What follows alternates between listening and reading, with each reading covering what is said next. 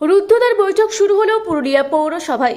বেশ কিছুদিন আগেই পুরুলিয়া পৌরসভাকে শোকজ করা হয়েছিল পৌর ও নগর উন্নয়ন দপ্তরের পক্ষ থেকে। তারপর থেকেই রাজনৈতিক চর্চা শুরু হয়েছিল পুরুলিয়া জেলা জুড়ে।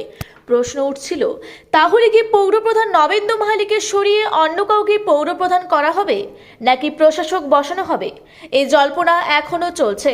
কাউন্সিলরদের নিয়ে মিটিং ডেকেছিলেন পৌরপ্রধান, কিন্তু অনেক কাউন্সিলর এসেই মিটিংয়ে উপস্থিত হননি। তবে 7 দিনের মধ্যে শোকজ নোটিশের জবাব পাঠিয়েছিলেন পৌরপ্রধান, কিন্তু সেই জবাবে সন্তুষ্ট নন ঊর্ধ্বতন কর্তৃপক্ষ।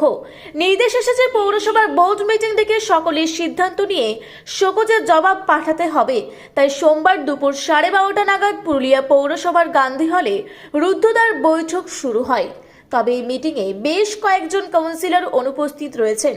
তবে কি কারণে তারা এই মিটিংয়ে আসেননি তা কিন্তু এখনো পরিষ্কারভাবে জানা যায়নি।